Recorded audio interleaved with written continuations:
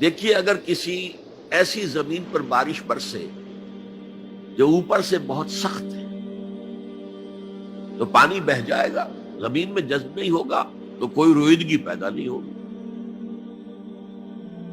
اگر دل سخت ہے تو قرآن مجید ان پر کوئی اثر نہیں کرے گا۔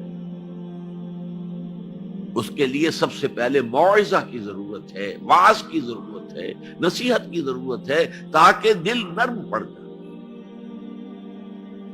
انسانی دل جب سخت ہوتے ہیں تو ان کی سختی چٹانوں سے زیادہ ہوتی ہے۔ سورہ بقرہ میں فرمایا ثم قست قلوبکم فہی کالحجارۃ او اشد قسوہ، یہودیوں سے خطاب ہے۔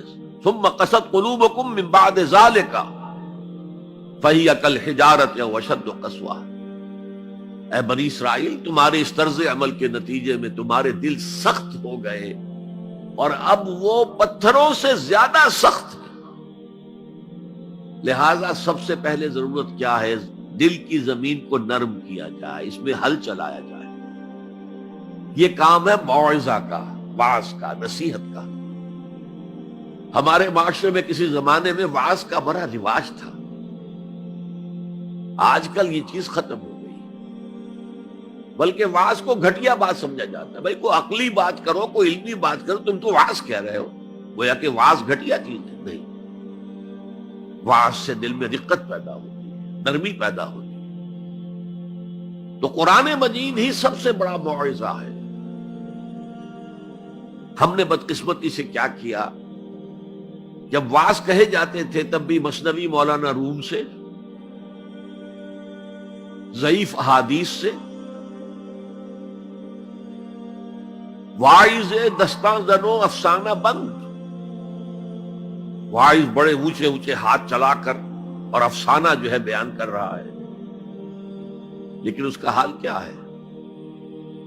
از خطیب و دیلمی گفتار اوست، با ضعیف و شاذ و مرسل کار اوست۔ وہ خطیب بغدادی یا دیلمی کی جو احادیث ہیں، جو سب سے گھٹیا درجے کی کتاب حدیث کی، سب سے کم تر درجے کی کتاب حدیث کی، ضعیف کتابوں کے یوں سمجھئے کہ بہت بڑے مجموعے، وہاں سے وہ حدیثیں لا رہا ہے۔ الضعیف و شاذ و مرسل کارے ہو، ضعیف حدیث، شاذ حدیث، مرسل حدیث سے وہ بیان کر رہا ہے، قرآن سے اس کا کوئی تعلق نہیں۔ قرآن مجید سب سے بڑا واعظ ہے۔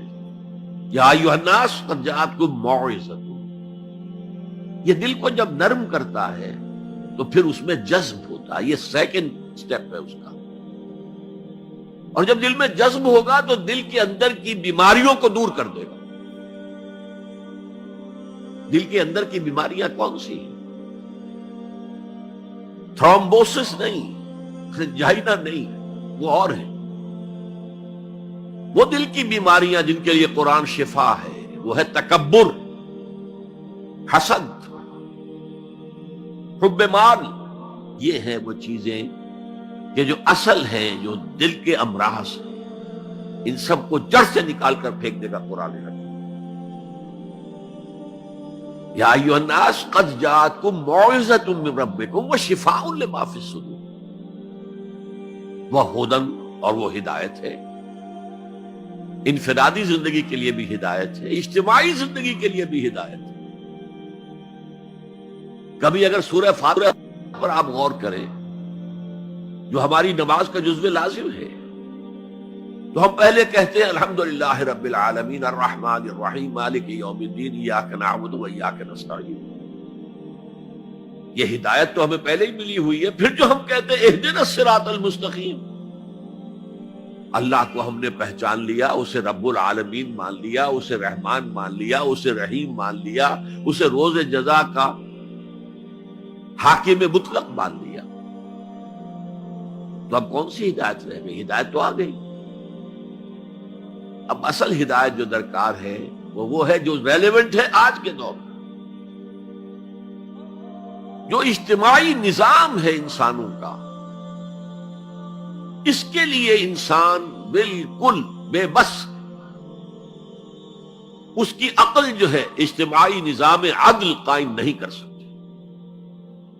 انفرادی طور پر نیکی اور بدی کا علم میرے اور آپ کے نفس کے اندر ودیعت شدہ